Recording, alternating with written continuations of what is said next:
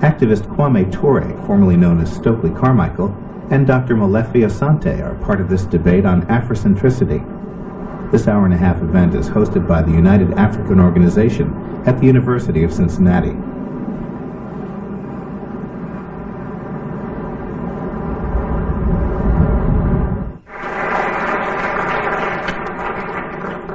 Ghani. Kwame Ture was born Stokely Carmichael in Port of Spain, Trinidad in 1941. During the time of the civil rights struggle, Ture was arrested and imprisoned more than 15 times while organizing for voter registration in Alabama and Mississippi. Beginning in 1966, he was known as the foremost exponent of the Black Power movement, which swept the African world. In 1968, Kwame Nkrumah moved to Conakry, Guinea, in West Africa, where he worked and studied with Osagyefo Kwame Nkrumah, the president of Ghana. Here he became an organizer for the All African People's Revolutionary Party, the AAPRP, founded by Dr. Nkrumah. Ture has traveled and lectured all over the world as an organizer for the AAPRP.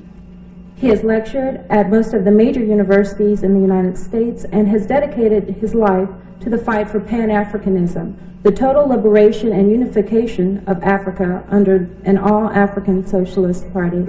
It is truly an honor to introduce to you Kwame Nkrumah. Kwame Ture.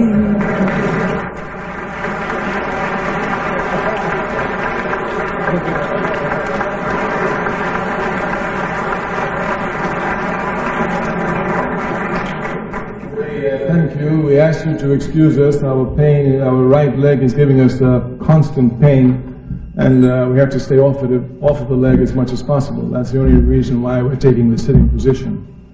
Pan-Africanism, what I'd like to do in the 20-minute period we have is to give you its general outline, its general development, and of course its future path. Some people think that Pan-Africanism is a response to colonialism. While certainly Pan-Africanism responded to colonialism, we must not think that it's colonialism that brought Pan-Africanism into being. Of course, to see this clearly, we should just look at the general evolutionary processes of all societies on a universal basis.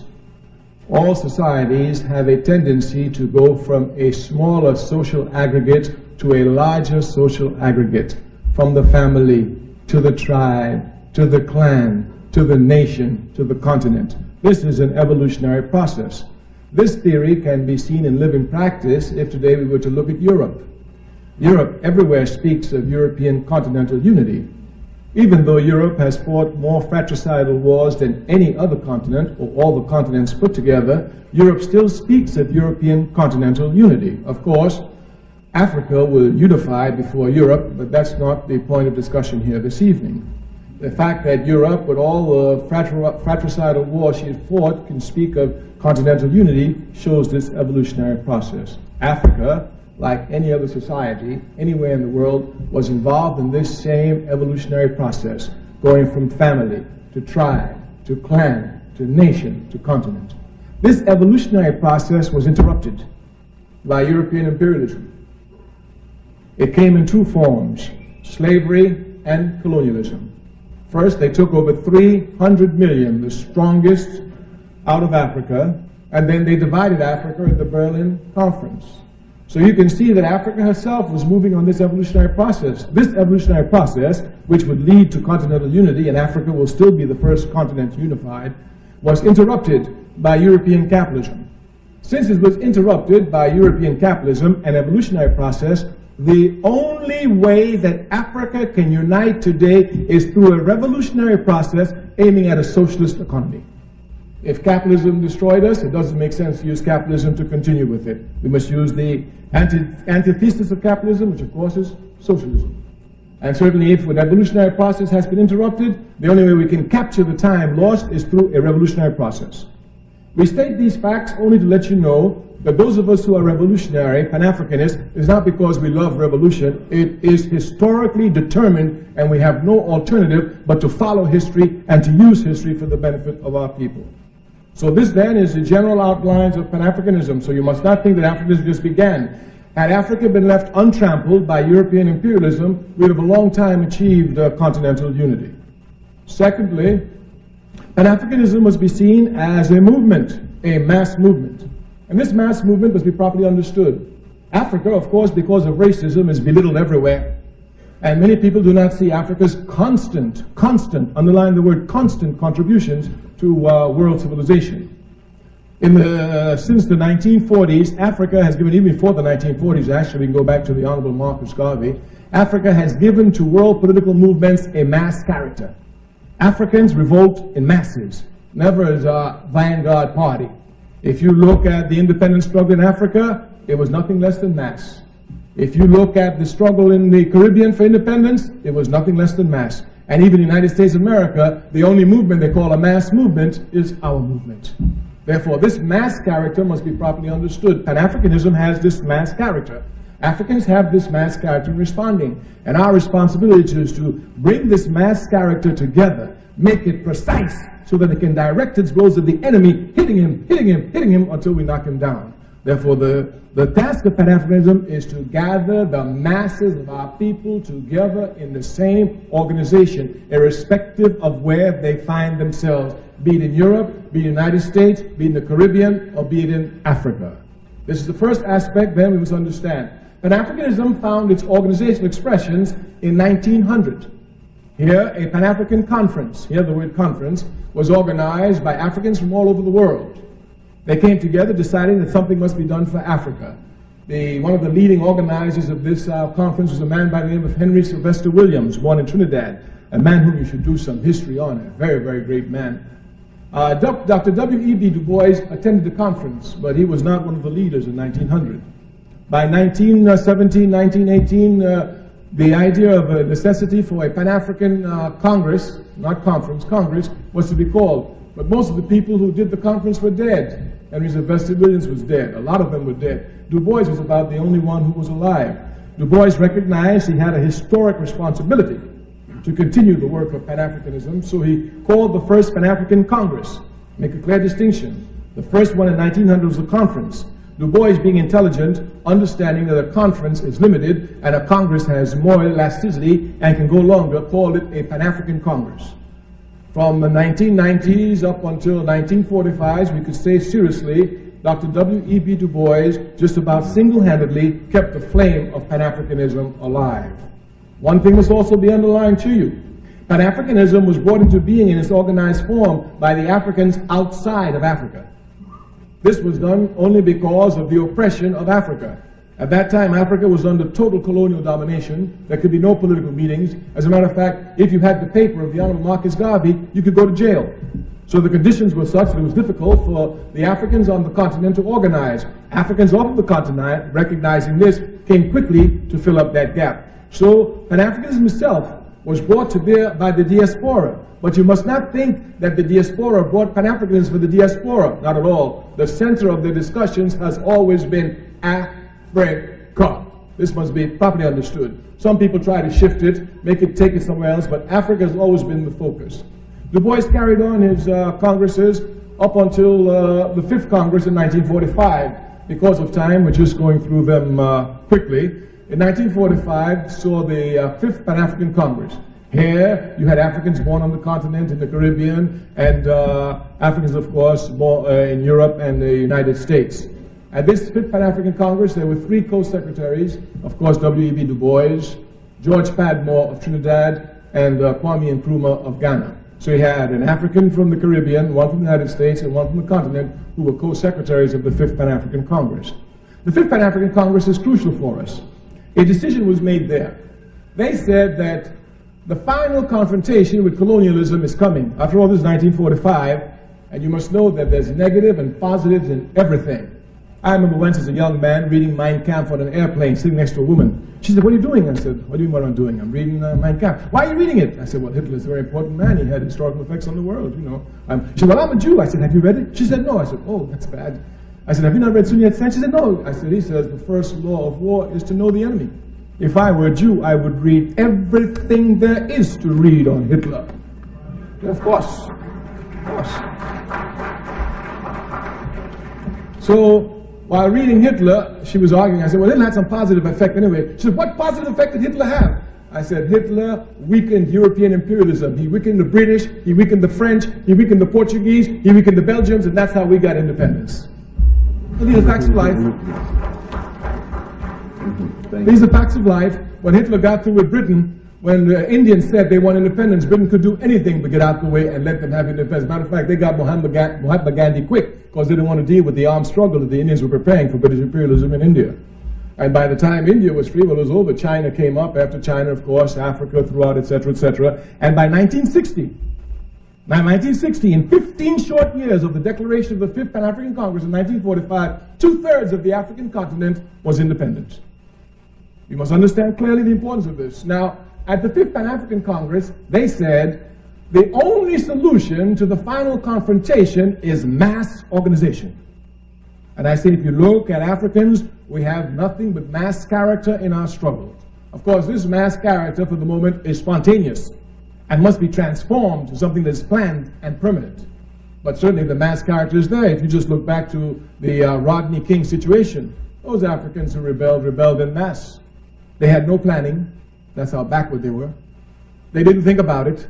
Just on the spot, they said, okay, it's too much, let's go, let's get them. And everybody said, okay, let's get them. And we rise up as mass and we get them. And then we sit down for 29 years. Of course. But the mass character is there, and we must understand this mass character. The Fifth Pan-African Congress, most of Africa, of course, was colonized. Kwame Nkrumah came to change all this. By 1958, he threw the British out of Cape Coast and named it Ghana. And Nkrumah declared before the entire world that the independence of Ghana is meaningless unless it's linked with the entire continent of Africa and its unification and liberty. And Ghana and Nkrumah made Ghana the base for every movement that fought against colonialism. Mugabe, who's now the head of Zimbabwe, where was he trained? In Ghana. Go and ask all of them. And Nkrumah set up freedom schools, teaching how to use arms to go and fight. It was Nkrumah who built the base and pushed Pan-Africanism. He understood that Africa was divided in 1865 at the Berlin Conference, and that we cannot accept divisions imposed upon us by our enemy. Africa is one, we must unify her. This has been the task. Of course, since Nkrumah, the movement picked up. The independence of Guinea came in the same 1958, later that year, and with Sekou Ture and Kwame Nkrumah, the movement really coalesced force. The Pan-African movement, of course, was not going to be left alone. Imperialism would seek to divide it. That's their job. Sekou Ture says, if the enemy is not doing anything against you, that's because you're not doing anything. Of course. Matter of fact, when they're not doing anything against me, I get scared. What am I doing wrong? So their job was to divide, and if you will look, they divided the Pan-African movement in what was called the Casablanca bloc and the Monrovia bloc, the revolutionaries and the reactionaries, to put it in one simple word. Of course, the Casablanca group included the fighting forces in Algeria, the FLN, which the other African states refused to recognize. Of course, Nasser had to be in it. Of course, Nkrumah. Of course, Sekou Ture, Tunisia, and of course, Mohammed V in Morocco, who had just waged serious war to get independence away from the French. The other group was called the Moderate Group, and they were all made up of reactionaries and scum of our race who didn't want African unity, and there was a million problems and sabotage it and work for imperialism against the interests of their people, and that still continues today. I always say one of the weaknesses of the African Revolution is that we are the only people who allow our enemies to strut with impunity amongst us. It's only because of our weakness. It's only because of our weakness. Only because of our weakness.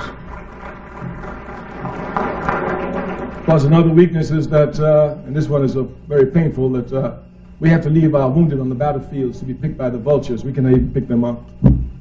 We cannot take care of our prisoners, the families of our prisoners who are in prison. I mean, we're just very, very weakly organized, but we are revolutionaries. We don't look for easy tasks, we look for difficult tasks. We leave the easy tasks to those who do not wish to advance. We know man and woman can only advance before difficulties. Therefore, we look always for difficulties. We said they divided Pan-Africanism, and out of that a compromise was made called the Organization of African Unity. Many people think that the Organization of African Unity is Pan-Africanism. It is not. Pan-Africanism cannot be built from the top down, and the Organization of African Unity is an organization of the heads of states in Africa. Pan-Africanism must come from the bottom up, from the masses of the people up. It is here then that we'll come to see the real aspect of Pan-Africanism. We said that in the Fifth Pan-African Congress they called for mass organizations, and immediately mass organizations sprang up throughout the length and breadth of the African world. The Conventional People's Party, a mass party, sprang up in Ghana. The Democratic Party of Guinea, a mass party, sprang up in Guinea. Throughout the length and breadth of Africa, you had TANU, the Tanzanian African National Union, which is now the CCM. My Swahili is not as good as yours. Chimpa, Chimpuraza, Mazuri. That's very good. Oh, my Swahili is bad. Thank you. Chapa Chapman Kudusi. Exactly. And that's their new party. But all over Africa, mass parties sprung up. If you look at the Caribbean, mass parties sprung up. And if you look at the United States, mass movements sprang up. So the call was heeded for mass confrontation. Of course, the Fifth Pan-African Congress made two definite and precise resolutions which I want to highlight. Of course, Pan-Africanism from the very beginning was anti-colonial. From the very beginning it was anti-colonial. It was weak. So when they came, they didn't say to the Queen, we're going to put you out of the country. They said, you must treat the natives right. You must educate them. You must prepare them for self-government. These are things that are weak, but they were anti-colonial in essence. We must not look at the form. And we got stronger, the more this anti-colonialism will express itself. Now, anti-colonialism is nothing but anti-capitalism. Because colonialism is nothing but an offshoot, an aspect of capitalism. Therefore, if you're anti-colonial, you must be anti-capitalist, if you're logical in your thinking, of course, and your actions. Some people are not, but we are speaking of logical people here. Yes. If you're anti-capitalist, then you must be socialist. Capitalism cannot unite Africa. Africa has to be united by socialism. Now, there's a lot of confusion here on this question of capitalism and socialism. Just recently, a young man said to me, but socialism died. I said, it did? He said, yeah, I didn't hear about it. I said, I missed the funeral. Of course, he spoke about the betrayals that occurred in the East. You must not let capitalism confuse your thinking. This is a struggle which Pan-Africanism takes on. We struggle against imperialism in the ideological arena because many people think that capitalism just wants to exploit your labor. It wants to confuse your thinking and make you think just like them. And this is where the real fight occurs. So therefore, this struggle of confusing the thinking, I told the man, I said, you're talking nonsense. Socialism cannot disappear. It cannot die. He said, yes, it can. I said, no. He said, how do you say that? I said, well, you are judging socialism by socialists. You don't do that. He said, I've never heard such nonsense. If you don't judge socialism by socialists, what do you judge it by? I say, you judge it by its principles. Every system is judged by its principles, never its adherents. So he still saw confusion. He said, you're just talking double talk. I said, okay, do you judge Christianity by Christians?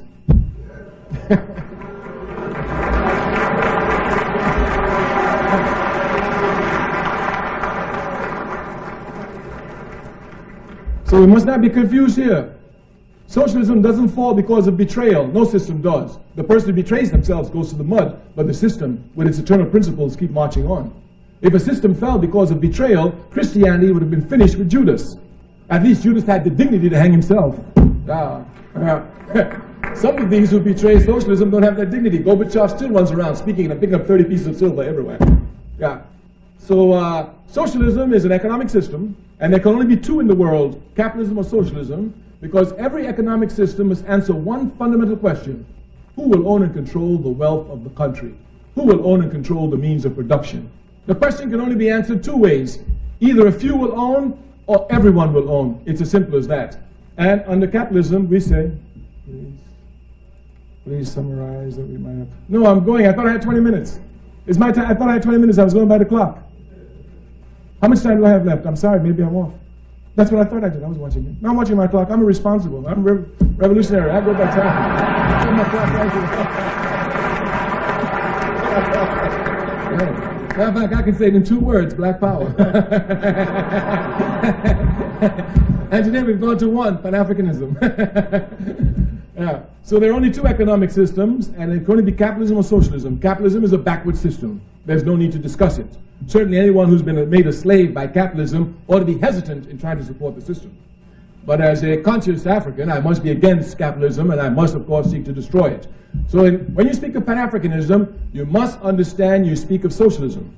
And we want to underline there's only one socialism out here, and that's scientific socialism, whose principles are abiding and universal. There's no such thing as African socialism, Chinese socialism, Russian socialism, Arab socialism. There's only one socialism. The confusion arises over ideology. That is that which guides you towards your objective. So we're saying clearly here, Pan-Africanism is not an ideology. It is an objective. It is an achievable. Pan-Africanism is the total liberation and unification of Africa under scientific socialism. All we want is a unified continent with a socialist system. That's all. But you know, Africa is the richest continent in the world. When she's properly organized, she'll be the most powerful. Yeah, of course. Of course, and me, all I want is power. I'm not like others. I don't want money. I don't want popularity. I just want the power I'm supposed to get. That's all. That's all.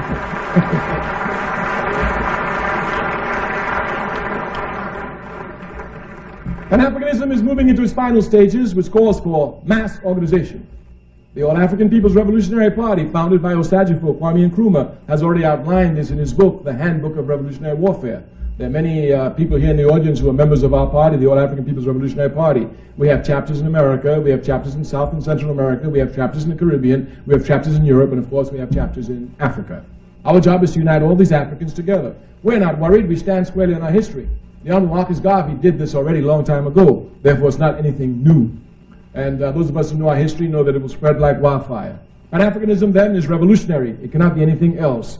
Pan-Africanism is the only solution for Africans because, as the Honorable Marcus Garvey never ceased saying, until Africa is free, no African anywhere in the world will ever be free or respected. Thank you. Ready for reverence.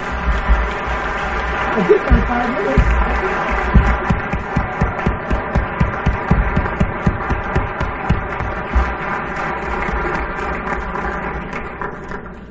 Thank you.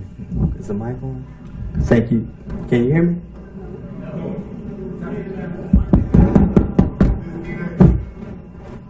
Where's the sound, man? It's on? Well, I would like to thank Mr.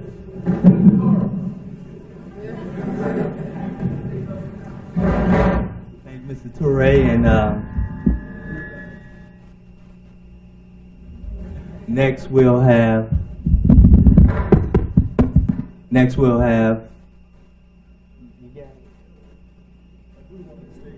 check.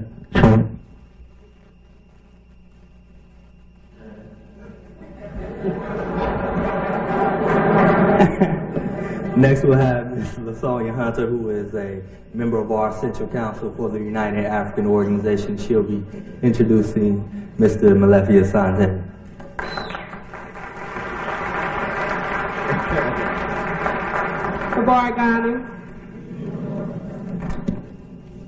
Dr. Molefi Keita Asante is Professor and Chair, Department of African American Studies at Temple University, the premier center for the graduate training in African American Studies.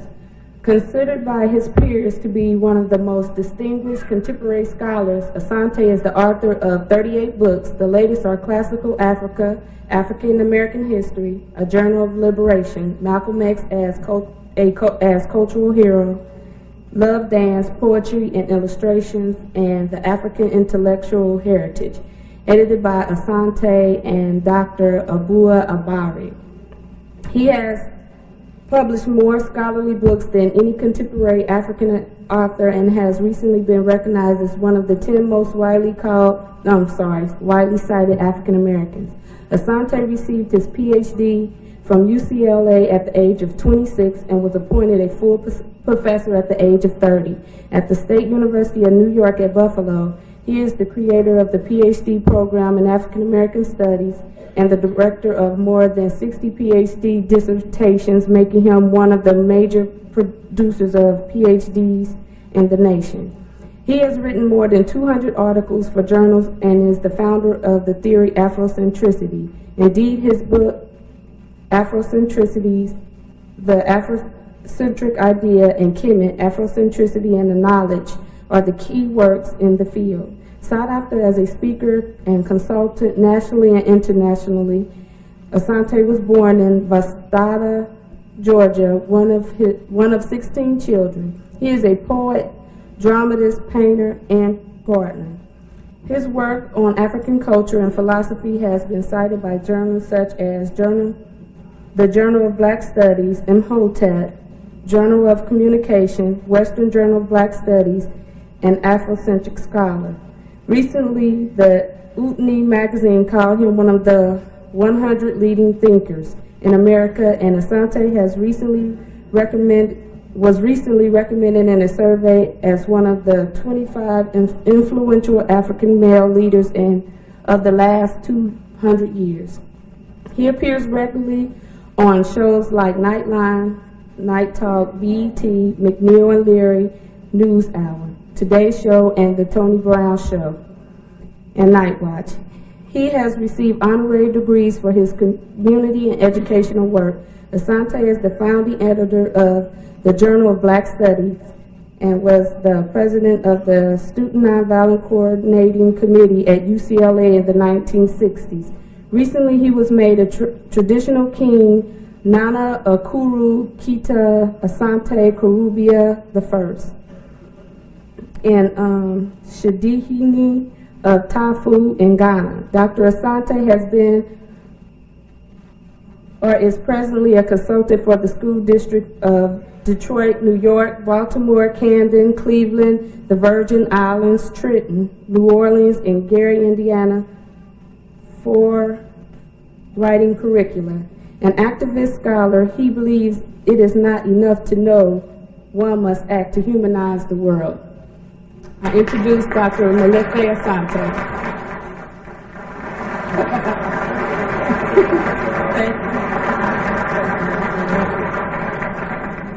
Habari gani? Assalamu alaikum. What's up?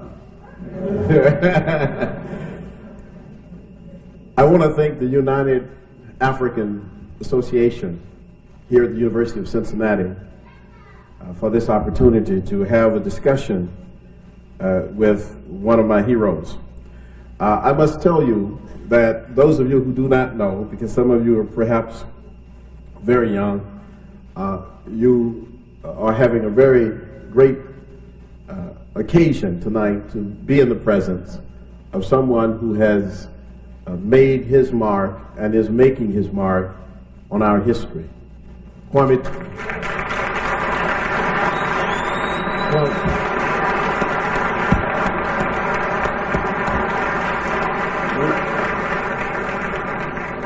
We don't often recognize sometimes the people among us. And here is a man who has done so much for the African world. And I remember when I was a student and working with SNCC at UCLA, he was at that time one of the individuals that I most respected, and I still respect him quite a lot. That doesn't mean that I agree with everything he says. But quite correctly, however, I don't think that there is much that he said tonight that I take a lot of exception to. I am normally not used to debating people that I agree with so much. I mean, they normally have me pitted with Dinesh D'Souza or Arthur Schlesinger or Mary Lefkowitz or somebody like that. But tonight, I'm really delighted to be able to explain what I think might be some differences in the discussion that we have heard from Kwame Ture. Afrocentricity is a theory that says that African people can never achieve unity until we first have consciousness. Consciousness precedes unity. Unity operates on the basis of common interests and objectives. The African world, indeed African people here in the Caribbean, on the continent of Africa, all of us have been moved off of our own terms, psychological terms, political terms, economic terms, philosophical terms, cultural terms, linguistic terms, fashion terms, name terms, whatever. We've been moved off of our terms. We're not operating on our own terms, normally. when you are moved off of your terms and you are not operating on your own terms and you do not view yourself as an agent, that is, as an actor, as one capable of acting in any context, then you will never be able to create Pan-Africanism. Pan-Africanism, or any movement, must first of all fundamentally be based on the notion that individuals see themselves as subjects, as center, not as objects on the margins of Europe, not on the fringes of the European experience, not imitating or following after Europe, but are centered in their own African experience as African people and view themselves from that particular perspective. That, of course, means a number of things. That it is the European intervention in the last 500 years that is most responsible for moving us off of our terms.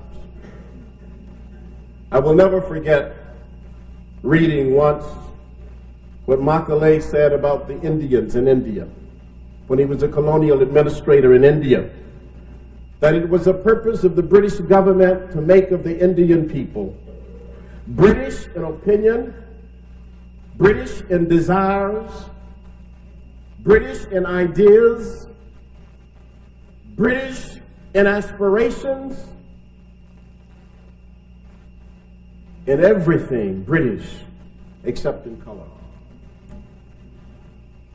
And I think that when I consider the situation with African people, both on the continent of Africa and in the diaspora, I have to assume that the same purpose or the same intent or the same mission was meant for African people, consequently to move us off of our own terms. That's why I always say that colonization and enslavement, twins of the capitalist domination and exploitation of African people, have been just as effective with us as with other people. But even more so when you think of the fact that more African people have been destroyed at the hands of this domination. Let me explain something. Slaves are not born. Slaves are made. But how do you make a slave? You make a slave by creating the loss of memory. If you create the loss of memory and you create a historical amnesia, then it becomes possible for individuals to no longer remember.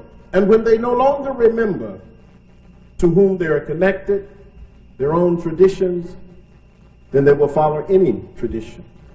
But you cannot have, therefore, on the continent of Africa or in the diaspora, any unity that would bring about any Pan-African idea. We have, as Kwame Ture has told us, since 1900, since Sylvester Williams, we've been talking Pan-Africanism. But you know why we have not had an effective Pan-Africanism operating? Because we have not had a philosophical base. Without Afrocentricity, you cannot have Pan-Africanism. You can have a discussion about it. You can have rhetoric about it. You have to have ideas. You must have interests. You must have institutions, mechanisms for carrying out Pan-Africanism. But you cannot have ideas or interests or institutions until you have African people on the same page. Negroes do not talk to Africans. And black people don't want to have anything to do with colored folk. And on the continent of Africa itself, we are suffering today in the fratricidal wars on the continent itself because we do not have a philosophical base. I mean, the Hutu and the Tutsi. This is a good example. The intervention of Europe has created a situation that has not allowed consciousness. We don't have the same mission in mind. And that's why we don't have any African governments. I lived in Zimbabwe, not as long as Kwame has been in Guinea, but I lived there. But I didn't see an African government there. I wonder whether or not we have one in Guinea. I haven't been there. I can't say that. But in the other countries, 27 countries I've been in, I haven't seen any African governments. What I have seen African people in government. I have seen African people running governments, but I have not seen an African government. Because African people do not yet have an Afrocentric philosophy in terms of the masses. Of course, we have Afrocentric clubs in Sierra Leone and Ethiopia, Zimbabwe and Nigeria and other places, but I mean the masses. So that what we have in the governmental structure would be individuals who are imposing a European system of government on the masses. So you got black people in government, but they have never truly understood the intellectual ideas, the conceptual ideas, the political ideologies of their own people. You will never have anyone who will march into the royal palace at Kumasi and have a coup d'etat on the Asante, the paramount king. It might happen in Accra with a modern state government, but it will not happen with a traditional government. Because we have never taken the legitimate ideas and concepts of traditional African society, the things that made those societies legitimate in the eyes of people, and employed them in the modern governments. We have had problems over and over again.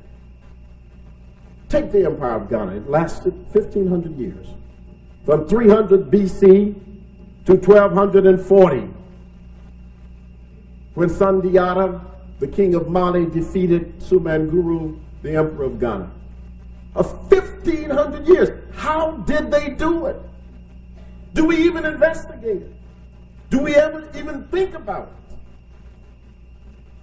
And let me just say this, that when we talk about Afrocentricity, we are not talking about a philosophy that is anti-anybody. We're talking about a proactive African philosophy. African people as centered, as subjects, as actors.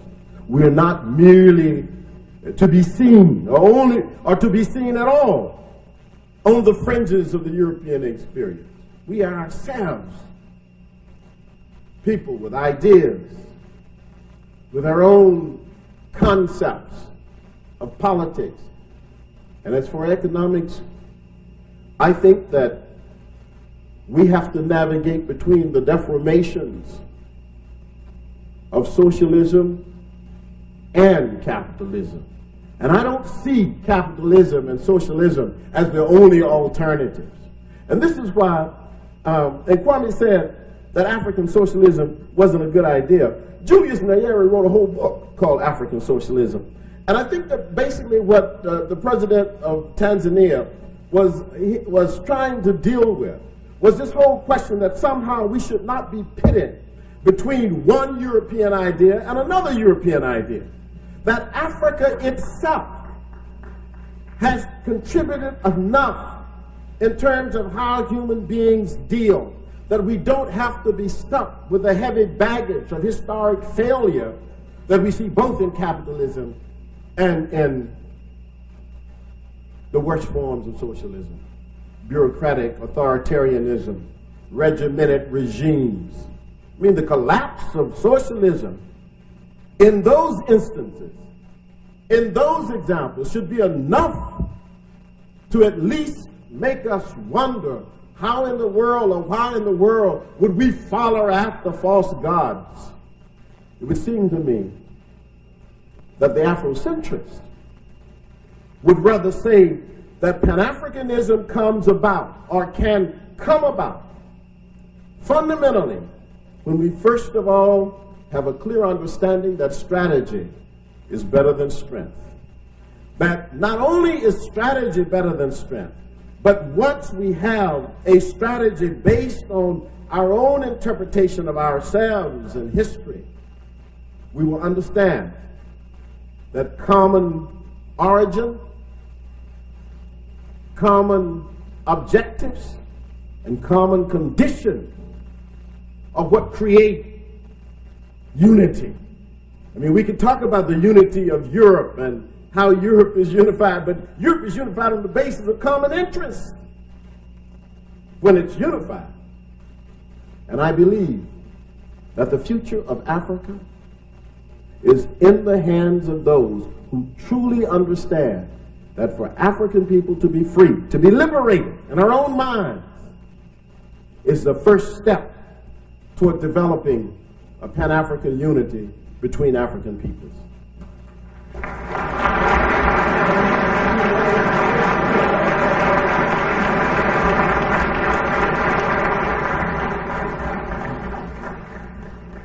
At this time, we're going to give the audience a moment to collect their thoughts. Oh, skip that.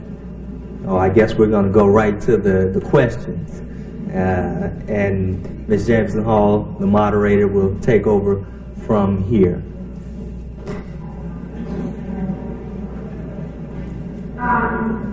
We will have another questions that are prepared by the UAO. We're going to take this break and then we'll get back into the audience chance to participate. I'd like to address this question to Mr. Ture. The first one resolved as some comments made by Dr. Asante. How do you respond to the notion that you cannot have Pan-Africanism without Afrocentricity? That's the first one. And the second one is how do you respond to the notion of socialism and capitalism as really two European concepts, both of which might not be the answer for African people? Well, the first question is very easy. I arrived at Africanism without going through Afrocentricity, so I don't know how I got here, but I got at Pan-Africanism without going through Afrocentricity. I didn't go through Afrocentricity to get to Pan-Africanism.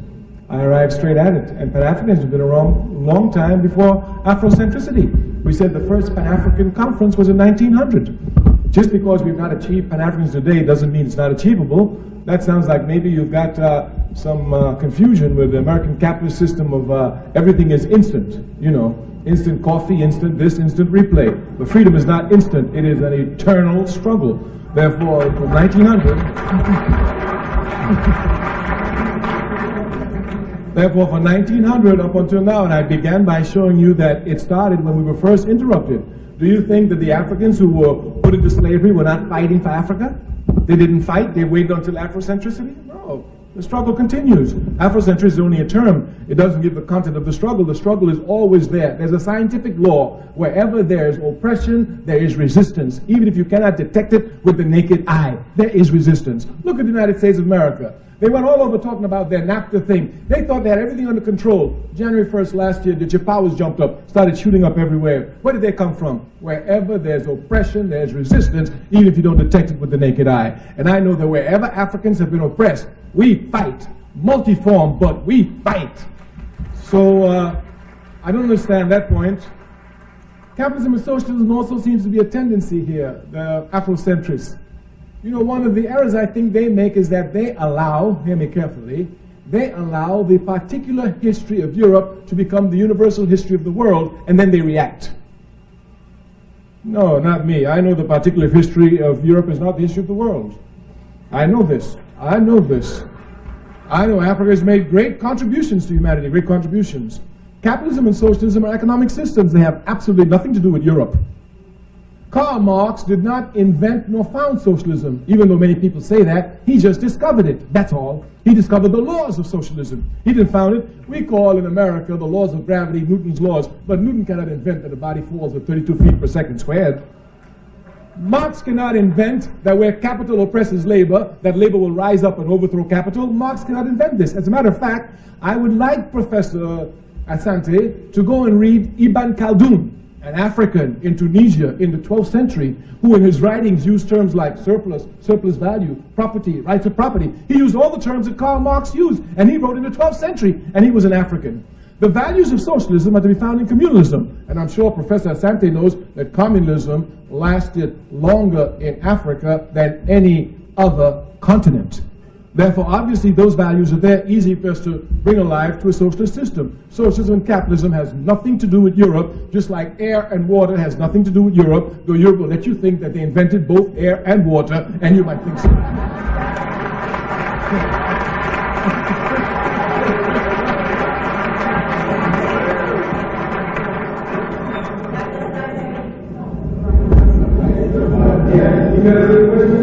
No, I'm asking him to respond to your response. Well, the first thing that came to my mind, just off the top of my head, was, first of all, that Ibn Khaldun was a racist. And I have read Ibn Khaldun. And he said some very negative things about African people. So, but let's get to the heart of the matter. If we, for example, take the notion of Europe, and we look at Europe in terms of particularism, and Afrocentrists, I don't know any Afrocentrists who look at Europe in the sense of universal, as a universal culture. In fact, what the Afrocentrists have argued is that the particular expression of Europe has been imposed on other people as if it is universal. That the Europeans have done that. That in fact, the Europeans have done that with all of their concepts. Whether they speak of the classical world and they impose that as if it's only Greece and Rome, or whether they speak of classical ballet and impose that as if it's only the dance of Europe. The whole notion of the imposition of a particularism as a universalism really is not an Afrocentric notion. It's a notion of, it's a European notion, and that's what they have done. So we don't project that and then attack that. We see that as part of what has happened to African people. That African people, for example, in terms of say Pan-Africanism, if we take Pan-Africanism as an objective of African people, that is the unification of Africa and the African world and African people, if we see that as an objective, that an objective itself is not a program. An objective is not a philosophy. Pan-Africanism as a goal is not a philosophy. And so it is true that you can have Pan-Africanists before Afrocentricity, but those individuals, like for example Kwame Nkrumah, who articulated the idea of Pan-Africanism in a concrete way coming out of his philosophy of consciencism, was what you might call an incipient Afrocentrist. He didn't say that, but any individual who says that our particular response to the universe must be from our own culture is an Afrocentrist. I mean, that's a person who's an agent. That's a person who's an actor. Kwame Nkrumah believed fundamentally in an Afrocentric worldview. But what I am saying, my position is that if you say you are a Pan-Africanist and you are not Afrocentric, then the question is, and perhaps Kwame Ture can answer this, are you a Eurocentrist?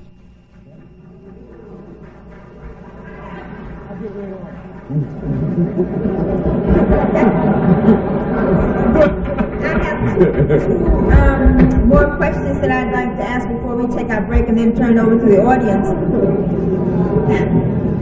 The first one is addressed to both of you. Dr. Asante, how does Afrocentricity address women's oppression? And for Mr. Ture, how does the All African People's Revolutionary Party address women's oppression? This is a historical question. Africa gave to the world the very first queens centuries ago. And if my memory serves me correctly, it's a little pamphlet written by Professor John Henry Clark. He points out through great documentation that every time a queen was on the throne and Africa was attacked, there was no compromise at all.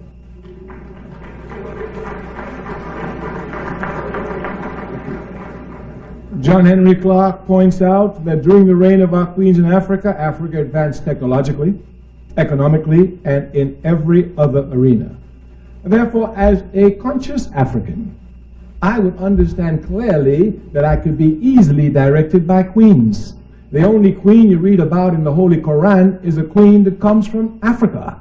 The only queen you read about in the Bible are queens from Africa.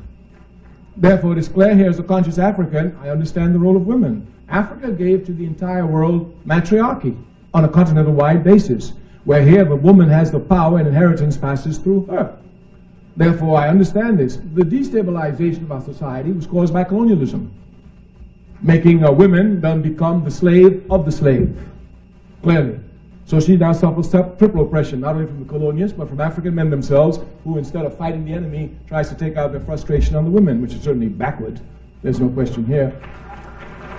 The way to solve the problem, the way the All African People's Revolutionary Party solves the problem is that we have looked at history and other organizations. We have inside of our party the All African Women's Revolutionary Union.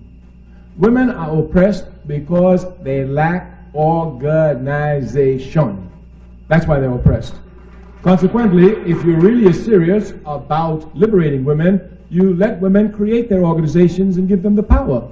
The All African Women's Revolutionary Union is the most powerful arm inside our party. There is no other wing of our party that's organized like they are. They're the most powerful. We will never have an all-African men's revolutionary union. Men oppress women. If you want to stop the problem, you break down the organization of men, you create the organization of women, and you let things roll. The women will come to their rightful place. Therefore, our position, women must be organized, and they must be organized to fight for themselves. They will not be liberated by their brothers, by their husbands, or by their lovers.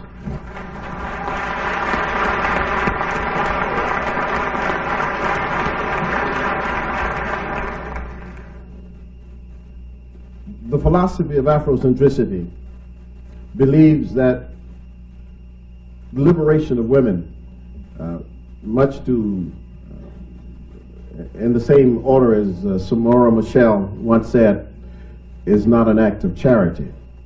And because it's not an act of charity, but a fundamental necessity for any mature people, the Afrocentric position is that we must challenge any death-producing system of gender warfare, class warfare, race warfare, sex warfare.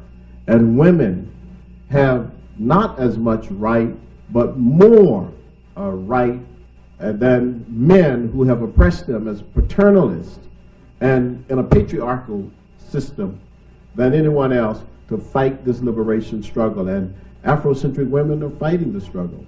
Afrocentricity does not take a position against women, and we strongly believe in the historic role of women from the time of Hatshepsut and before, who have participated fully in the governance and the direction of African affairs. I mean, we have in our own history, of course, tremendous examples, and we name them: Fannie Lou Hamer, Anna Julia Cooper, for example, and so forth.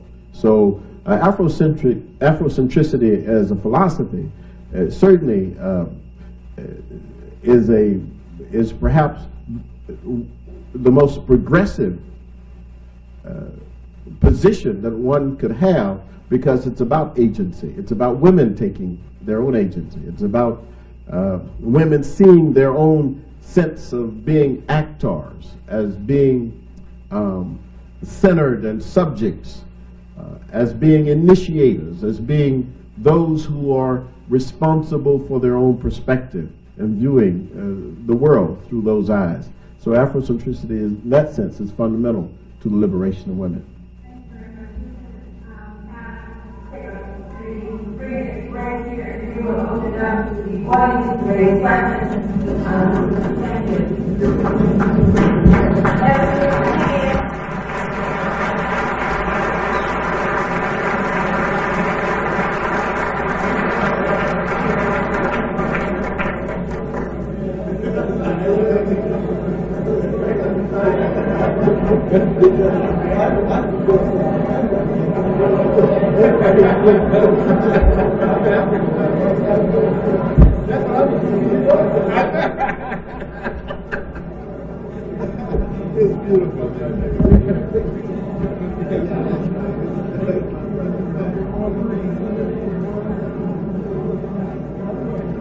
This is my brother. Let me give you that one. Good Zion this morning, talking about the Jesus thing. When he thought in with that. Sounded like a real Trinidadian rapping around her. You a sister. I'm from Trinidad.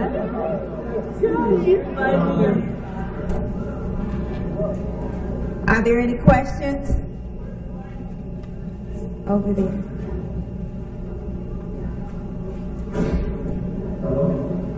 Please keep in mind that Mr. Ture has a plane to catch.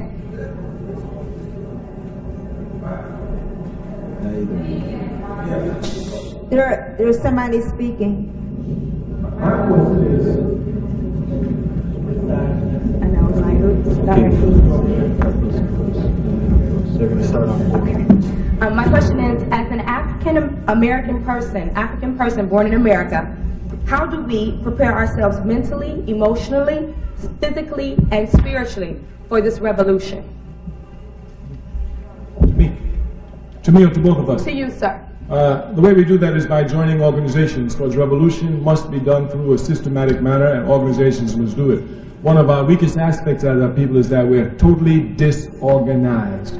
We can come together in a minute, 1 million or more people, and then sit down and forget all about it. We have no sustaining power because we have no organizations. Therefore, to correct this, each and every one of us must join an organization. This has been our constant theme. All my life I belonged to organizations. All the great people I know belong to organizations. Malcolm X was so bad that when he left the Nation of Islam, he created 2 organizations. You know, the Muslim Mosque Incorporated and the Organization of African American Unity.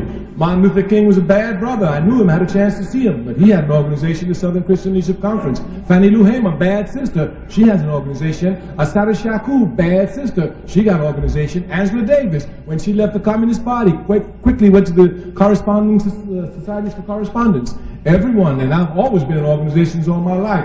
Our people do not belong to organizations. They think that they are great, they are supermen, they're greater than Martin Luther King, greater than Malcolm X. But once we begin to humble ourselves, we will join organization, and once we all become organized, freedom will follow, just like the sun follows the moon. Thank you.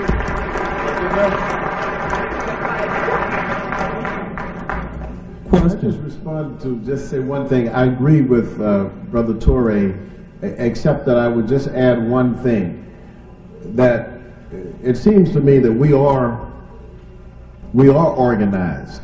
I mean, if you look at all the organizations in the African American community, the so-called not-for-profit organizations, the churches, there's a lot of organizations in the black community. So it's not so much organization that we need, but organization with purpose. See, I think that we have to be careful about just simply saying organization. We need to be in organizations that are clearly defined, their missions are clearly defined, and they have a purpose. Otherwise, we're simply just, we don't have the proper vehicle to get us to where we think we need to get. To save time, I want to take you to a logical conclusion. Listen to my statement. Bad organization is better than no organization at all. You heard my statement. The fact what you say is not true. Less than 3% of our people belong to organizations. Go anywhere you are among Africans, ask them, which organization you belong to? I don't believe in organizations. Which, oh, they just jive, they're corrupt, they're taking the money, they ain't doing it right. You know Farrakhan ain't serious. You know, all they can do is criticize. They don't belong to organizations. Asking you how many people belong to organizations, you will see we do not belong to organizations. This is a tragedy. We have more organizations than any other community in America, but less people organized in them. The NAACP has less than 2% of the population as members. So how can you say we're organized? Perhaps we have different statistics. It seems to me that the great number of African Americans are in churches. Those are organizations, but they're not the kind of organization that will lead us to where we need to get to. But they're in organizations. Black people are in organizations. And I think that what we really need to talk about... Sorry, it's very clear. I said organizations struggling to free the people. But then we agree. Okay. But I just took your idea of precision. Yes, and I wanted to make sure that but I was precise. before. I said it before. But I also want to let you know now, during the 1960s, those churches did a hell of a lot of fighting in the South. That's right. And produced some awful, powerful preachers like Fred Shuttleworth, C.T. Vivian. That's true.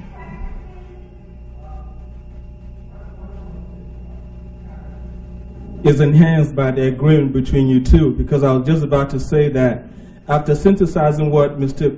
Ture had to say and what Mr. Asante had to say, it seems like it's a kind of a word play. Really, both positions really support one another. I think before we can have a Pan-Africanism, we've got to have our own cultural terms and viewpoints.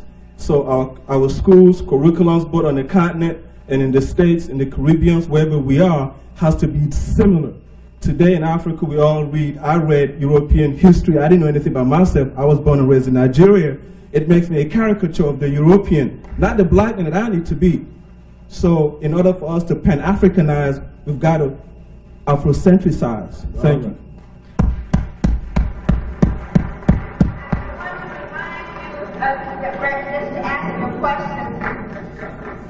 Just ask a question so that we can take advantage of the time. So my question is to Mr. Kwame Ture. And we've gone way back, you know that. So would you address my position, which is in order for us to Pan-Africanize, we've got to first of all Afrocentricize. But this can only, I understand it, but this could only be done in an organization, my brother. If you sensitize yourself, of what good are you to the rest of us? And you can't even sensitize yourself. It must be done in organization. Unless we're organized, we're not doing it. Our party, the All African People's Revolutionary Party, in 1972, told everyone that we're going to make Africans in this country use the word African, and we're not going to do it through the press. We rolled up our sleeves and went to work. They even call themselves African Americans today. Soon they're going to get rid of the Americans and come right home, Africans in America.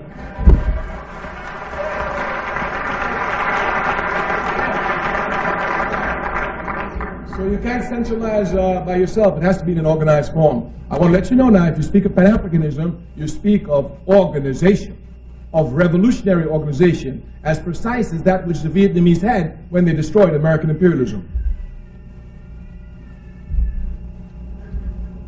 Brother Ture, my question is to you. On the issue of African government, do you agree with Dr. Asante on the point of the African ran country is non-existent? He's probably correct. The overwhelming majority of our leaders all over the world represents nothing but the scum of our race. That's just a fact. That's just a fact. Yeah, it's a fact. But of course, he well knows that since independence, great moves were made to carry out what we're speaking about here. Kwame Nkrumah made them, Julius Nyerere making movements, Sekou Touré, of course, Patrice Lumumba, Nasser, Gaddafi is still making them. So these attempts were made. Of course, the job of the imperialism to knock them down one by one and make it appear as if there is no alternative except neo-colonialism. But Kwame Nkrumah informed us that neo-colonialism is the last stage of imperialism. We're going to knock it down and go straight to a unified socialist continent. With that point being made, if that is the case that we are up against, as far as our continent, Mother Africa, then how can we align ourselves here in America and other parts of the country as a true unity if we don't have a country that is ran by with the mass of the people? For example, the All African People's Revolutionary Party has great relationships with many organizations, revolutionary organizations in Africa. Many of them. We have relations with the Democratic Party of Guinea. We have relations with the African Party for Independence in Guinea, Guinea-Bissau and Cape Coast, PAIGC, since they split. We've had relations with all the liberation movements, ZAPU, MPLA, Frelimo, PAC, ANC, SWAPO, ZAPO, etc., and we continue these relationships. The relationship for us must be made with the peoples, not with the governments, when the governments are corrupt. In Libya, you have a serious government. Gaddafi is not corruptible. That's what they don't like about him. That's what they don't like about him. He cannot be corrupted. Do you agree, Dr. Asante? You agree? Yeah, I think I basically agree with that. Thank you, both. Yes, my name is DeVille. I'm from Dayton, Ohio. 27-year-old businessman, own my own business, record label. I'm an artist. I have other artists that's down with me, and we positive for the black. You know, we ain't racist. We respond to racism. And I just wanted to take a few seconds, probably about a minute and 10 seconds, to just drop something for y'all and everybody that's in here, okay?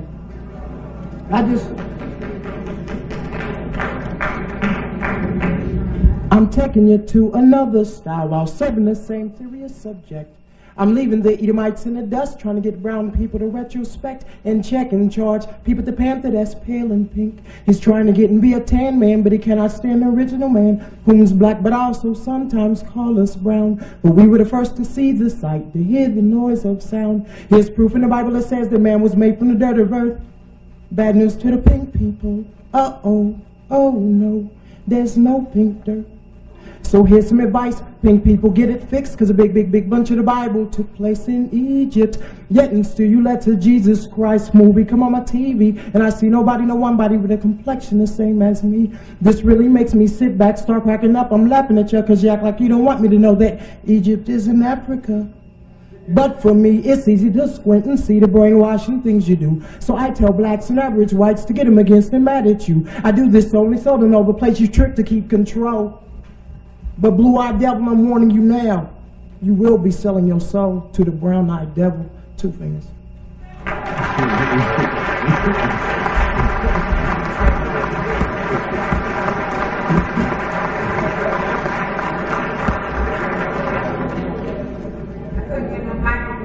Let's don't forget the questions. Thank you very much for the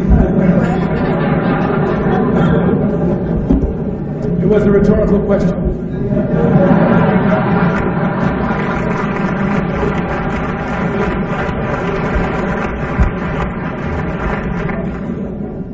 This question is for Brother Ture and Brother Asante.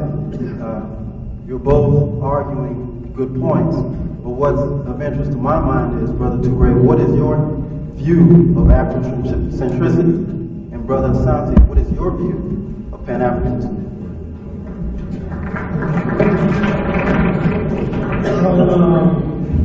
I think from what I've heard tonight that the doctor is trying to claim a lot of people as Afrocentrists. Of course, I was very shocked when he said Kwame Nkrumah was an Afrocentrist, because I don't know why the word Afrocentric. Why not African thought instead of Afrocentric thought? I do not wish to put Afrocentric thought in Europe. I just want to keep African history clear, and then look at the history of Europe, look at this from the eyes of an African. The fact that we've always said that the ideology must come from culture is nothing new. The Honorable Marcus Garvey said this. And that's been a long time ago. Of course, if you read Nkrumah said, I've read all the great books in the world. I've read Hegel, I've read Marx, I've read Lenin. But he says the book that fired my enthusiasm the most was the principles, the philosophies and opinions of the Honorable Marcus Garvey. And so it's clear that when you find a lot of writings, if you trace them back from Nkrumah, you find them going right back to Marcus Garvey. Africans have always fought cultural struggle. As a matter of fact, we think one of the problems with European revolutionary movements is that they didn't wage cultural revolution. This was done outside of Europe since the 60s. Mao Zedong raised a cultural revolution. In Africa, cultural revolution. Throughout Central and South America and the Caribbean, cultural revolution. So cultural revolution has been waged. Cultural revolution has to be waged by those who've been colonized, because they first have to get their culture back in their hands in order to guide their movements forward. So when you say that Afrocentrism needs this, it's a fight, first of all, to regain the integrity of our culture. And this fight you have to wage serious battle for. It doesn't just fall from the sky and then you read a lot of books and said, okay, I got my thoughts together, let me go out here and fight. No, it's in the struggle that you become politically aware. Not away from the struggle, it's in the struggle, because it's only action that verifies theory.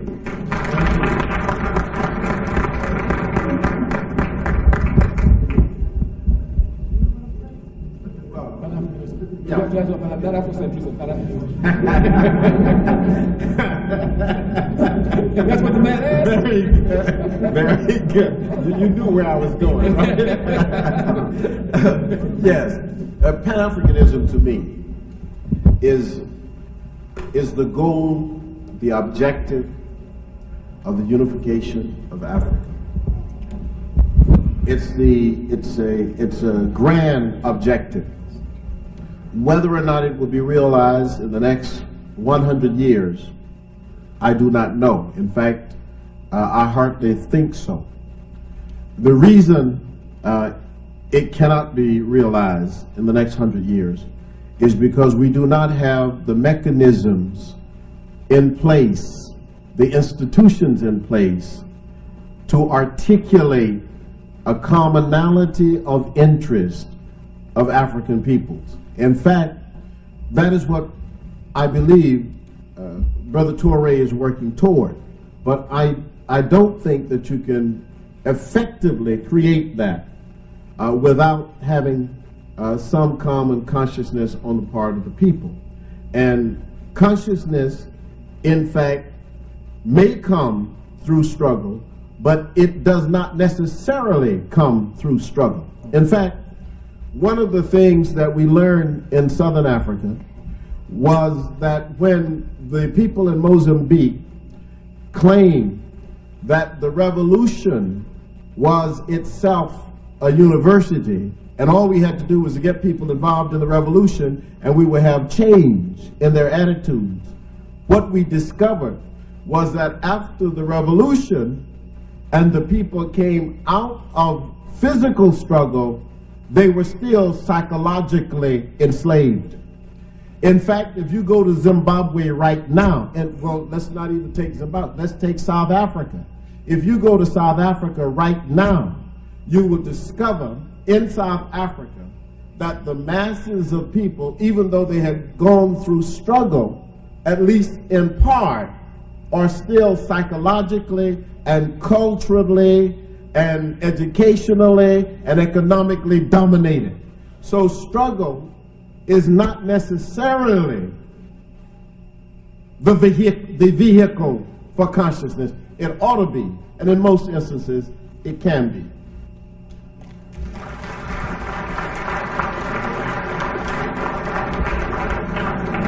Good evening, brothers. My name is Victor. You know, I'm listening to the discussions and the explanations of Afrocentricity or African-centered thought, however one would perceive to define it in our limited English language, and then also the concepts of Pan-Africanism. And to me, I seem to absorb both equally well and easily. It seems like my right side understands the critical thought necessary to organize and seek out organization, and my left side understands the creative thought necessary. I don't see why there should be really, maybe I'm perceiving this wrong, but I'm trying to get, please understand that a soundbite question won't help me get to what I want to get to. I'm going to hurry up. The problem there are many people behind you. Okay. The problem that I see is that I don't think there's one before the other. I think they must come together. And I think at the same time, I'm worried about what I have seen in many black movements, and that is the support of a totalitarian state, though a black nationalist one, or a technocracy, a black nationalist one, that doesn't really foster the ideas of freedom and, in my idea, democracy, and I'm not using that in a European sense. So please help me with this concept here and offer some reassurance that neither one of you are doing something that would eliminate our freedom and our ability to grow as a people, that we're part of this movement. You understand, brothers? Thank you. Yeah, I don't think I think that that even taking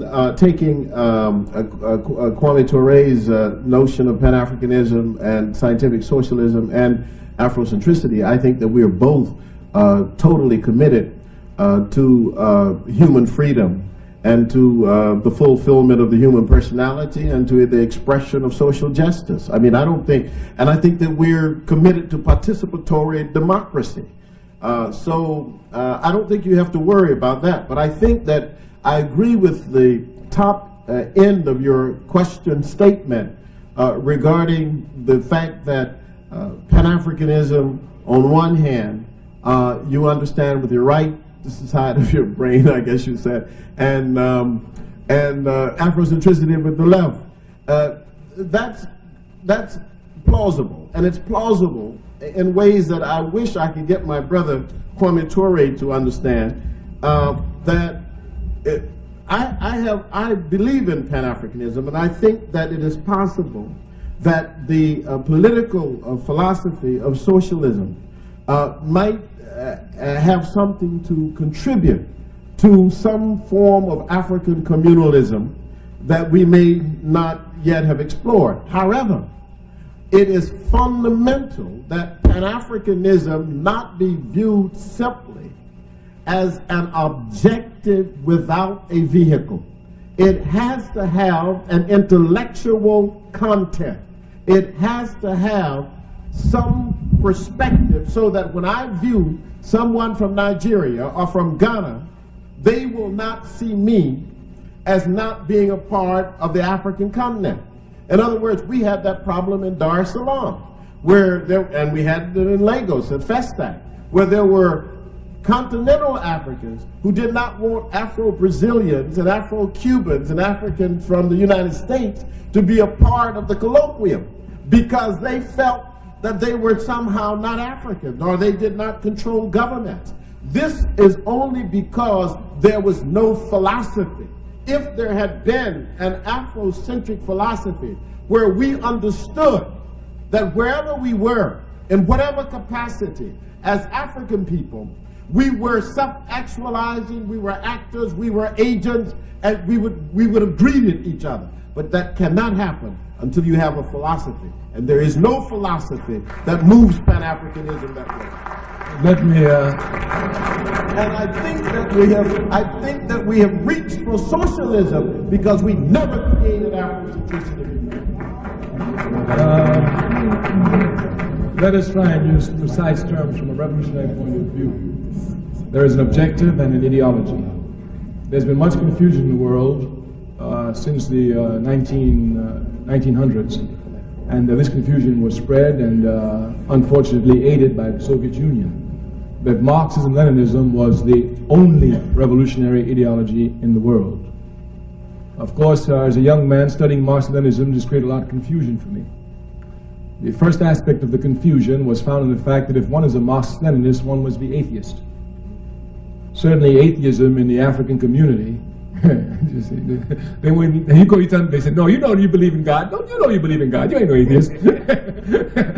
So there's no way. And the second point was their limited view on nationalism and its role in struggle. These are my two conflicting, of course there are many others, I'm just pointing out two. So since the 1960s, those of us who are conscious strugglers have been really examining this problem. Conscientialism was written in 1964. It was called, subtitled, Philosophy for Decolonization. Therefore, the philosophy is giving. Our party has as an objective, I've never said anything since tonight, I've said Pan-Africanism is objective. Our ideology is Nkrumah-Tourism.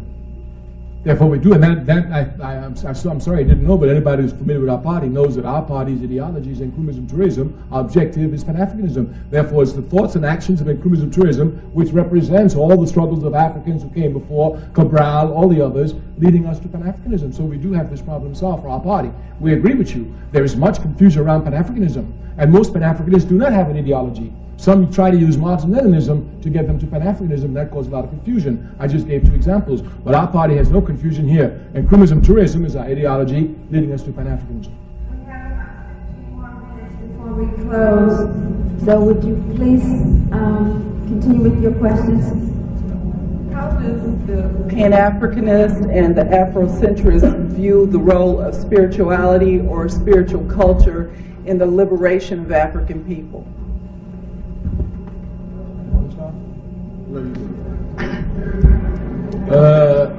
Africa is a very spiritual continent. If we were just to isolate her contributions to world religions, we would see this. The first sacred book in the world was written by written by Africans in Africa over 6,000 years ago. It's incorrectly called the Egyptian Book of the Dead. Thanks to our struggle by many of our intellectuals today who have applied their skills to the people's struggle, they've come to show that the real title should be the Book of Coming Forth. I imagine this is your area, you know much better than I. It was Africa that gave to the world monotheism, belief in one God. It was Africa that gave to the world Judaism, and this one must be properly understood, because here a lot of confusion comes into play, and Zionism plays an evil role here, trying to confuse everything. Judaism was given the world by Africa. It could only be given the world by Africa because in that part of the world, the only place where monotheism had been accepted and was breeding was in Africa. If you looked east to Africa, in Persia, they were worshipping the sun. To the north of Africa, in Palestine, they were worshipping idols and would do so until the Prophet Muhammad, peace be upon his name, came to give them monotheism in the form of Islam. So it was Africa that gave Judaism to the world. I know the first Jews in the world were Africans. That's why I'm never confused. They call me anti-Jewish, and I'm anti-Zionist. I can't be anti-Jewish. My people gave you the religion. You know.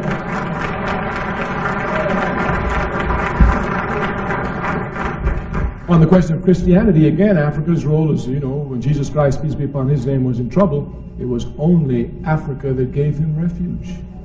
That's where he grew up as a young man, learning and growing. The very first country mentioned in the Bible, Genesis 2, verse 13. Is Nubia and Ethiopia. If my memory serves it correctly, I think in the Bible they're called Havilah and sometimes Cush. That's Genesis 2, verse 13. If you just take statistical analysis of the Bible, you will say Egypt and Ethiopia is mentioned more than Israel.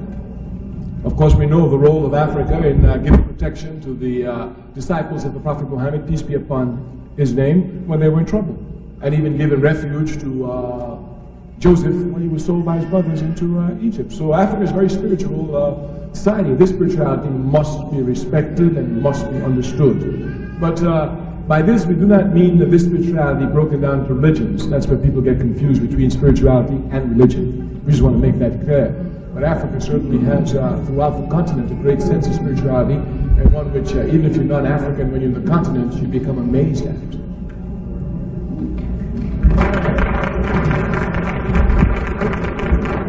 I don't need to add very much to that. In fact, what I do need to say, however, is that in terms of Afrocentricity and spirituality, we believe and we also think that in terms of spirituality, that it is necessary, first of all, to understand how African people view the universe.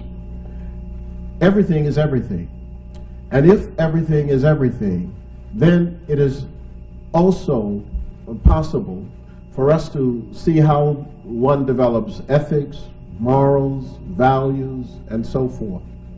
If the earth does not belong to you, but belongs to all the people, then there are certain ways you treat the earth. I mean, there are ecological assumptions that can be developed. How you treat the rivers, how you treat the trees.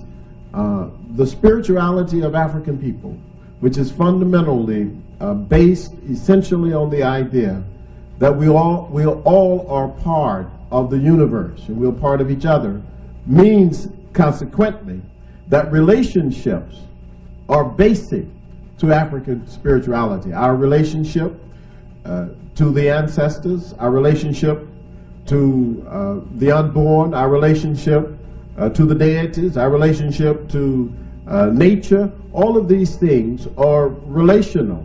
And this is the fundamental part of the African spirituality.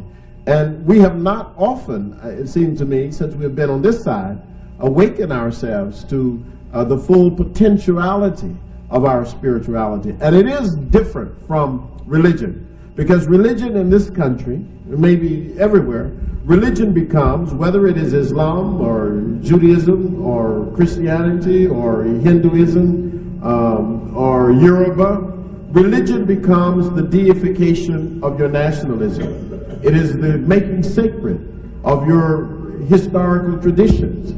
And consequently, it is different from spirituality.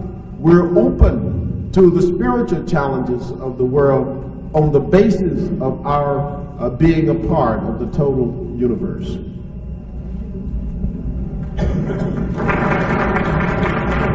Next question. My name is Naman, and Brother Ture, we were last together in Accra in '94 with Maya Angelou at the Padmore conference. And my question to you and Professor Asante, he's kind of clairvoyant, he almost answered it, but my question to you is, how do you, given the historical persecution of Africans on the continent and in the diaspora, how do you reconcile socialism and capitalism, seeing that historically neither has seemed to work for African people?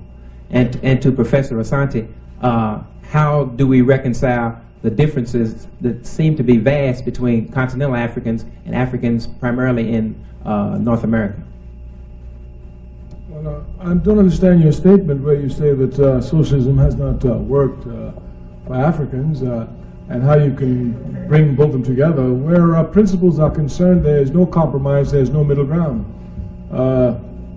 Either you tell the truth or you tell a lie. There is no middle ground. Either you believe in God or you do not. There is no middle ground. Capitalism is an exploitative system. Either you're for an exploitative system or you're for socialism, a non-exploitative system. And there can be no in-between there's no in-between between slavery and freedom. For me, capitalism is slavery, socialism is freedom from the economic chains which capitalism holds us under. Of course, I may be incorrect, but this is my logic, and you must understand my logic. Well, you know, I don't want to ask Professor Ture this question, so it's going to be rhetorical. And that question was, following on what the brother said, could he give an example where socialism has worked? But I'm not going to pursue that. Let me just... I know you wouldn't, because I know you wouldn't. But we should get on this question of principles and the Christians, because I make my judgment on Christianity on the basis of Christians, but that's another story. In response to the question, now. You know that. In response to the question about the continental, I have never had any difficulty with continental Africans. So whenever I hear this question, it always bothers me, and I always try to figure out what the situation is. And I think it has a lot to do with the approach, you know, that Africans on the continent, or maybe Africans in the diaspora, take toward each other. But as an Afrocentrist, I take a fundamental approach, which is that the enslavement and the colonization experience of both of us really put us in the same condition. And consequently, I see people in the Caribbean and on the continent and in South America as my brothers and sisters. And so I think that perhaps with me, I would argue that a strong Afrocentric orientation toward Pan-Africanism might be a solution to that problem. Well, they're beginning to talk about it. Yeah, but they're beginning to talk about it. That's what I'm saying. He said that Africans don't talk about Afrocentricity. Well, Afrocentricity is only 16 years old as an intellectual philosophy. And Afrocentricity, the book came out in 1979 or 80. So it's relatively a new philosophy, but already you have, for example, Herbert Vilakazi in South Africa. One of the professors there is a strong Afrocentric scholar. You have many in Africa. I mean, I could name them in Congo and Zaire and so forth. So there are a number of people throughout the continent of Africa, even in Nigeria and Ghana, who consider themselves to be Afrocentric philosophers, thinkers. So, so what I would argue is that the more we have the kind of consciousness that we're talking about, the better it will be even for the kind of relationship that we should have. Two more questions. Okay, I'm going to make this real quick. Okay, my name is Peter. The only thing I would like to know is concept that hopefully finally enacted. My question is, how will we finally be able to come to a solution to stop the corruption among, you know, even those that would be in charge? You know what I'm saying? That's all I would like to know. Once we finally arrive at these particular points, you know, how do we safeguard against the corruption? That's all I got. Thank you. The only question is through mass organization, which without pity and without mercy stampedes corruption into oblivion. That's the only answer. Anything short of that will not do it. The reason why our leaders are so corrupt is because they don't have to account to anyone. They do not have to account to anyone. There's no force of people organized, making sure that they're in power, and they will carry out nowhere. So they do whatever they want to do. They're held accountable not to us, but to our very enemies. Even here, you can look at the United States of America. After we shed blood to get the vote, they become mayors and become more corrupt than the white mayors. And the reason they do this is because they have no one to hold accountable. The only answer is organization. When we're properly organized, this problem of corruption will cease. Because once you have an organization, you can deal retribution. We said in the very beginning that one of the weaknesses of the African Revolution was that traitors to the revolution struck in our community with total impunity. And I mean, they struck. That's right, in the 1960s, I snitched for the FBI, I got this brother killed, this brother went to jail, and they just struck. Nowhere else will this happen because of our lack of organization. Therefore, if you're really concerned about it, there must be organization. I want to tell you now, I do not have any immediate solutions to our problems. The only solution I have is constant struggle. Constant struggle. Constant struggle. And this struggle has to be matched with constant political education of the masses of the people. Constant political education of the masses of the people. Of course, you know, in the back, our party always recruits, and in the back, when you go out, you find a table of our responsible small party, brothers and sisters who try hard to organize us. If you're interested, you should stop by there. If you want to join our party, of course, we always invite you to, but ours is a revolutionary party, a serious party, so if you're not serious, go to another organization and you do whatever you can, but now it's Just one more question. I'm sorry our time is running out. This has been a great experience, but I think we can only take one more question. Mr. Ture has a plane to catch. One more question. Yeah. Hi, my name is Steve Skelton. This question is directed towards Mr. Ture. I would like to know, how would you see the masses taking Pan-Africa socialism and placing it in America? Would this goal be accomplished by legislation, economics, force, or a combination? By any means necessary. For a little more direction when you say that. Huh? I said, I guess my question just asked for a little more direction. No, that's the question of the organization you join. We have a map worked out. Is anybody in our party has any propaganda which talks about inclusion and tourism by chance? You have, please make sure that Dr. Asante gets it. No, I'm sorry, really, I thought you knew this. I really did. I'm sorry. No, we solved this problem. Of course, we've just been revolutionary circles, but we solved this problem. So it depends. Our party has a solution. If you go to the local mosque here, the minister of the Nation of Islam, he's here, is he not? Minister James, is he here? He left. Oh, there he is, right. If you go to the Nation of Islam, and you should visit it, they give you another program. If you go to the NAACP, they give you a program. Your job is to decide which program you think is the correct program to lead us to freedom. And if when you go to the Nation of Islam, you find, oh, they're just talking a lot of nonsense. You go to AAPRP, they're just talking nonsense. You go to NAACP, they're just talking nonsense. Well, then, you do what is necessary for all of us. You create the organization that's going to lead us to freedom. Dr. Asante, do you have any response to that? The only response I have is that we all have to collectively revise the text of our people. And we collectively revise that text by struggle, by constant struggle and vigilance. And the National Afrocentric Institute, which is my organization, tries to do that very effectively. So I've enjoyed the discussion with Kwame today. Thank you. Thank you all. And Kemet has a word for you. Thank you all very much. Shall we give them a hand?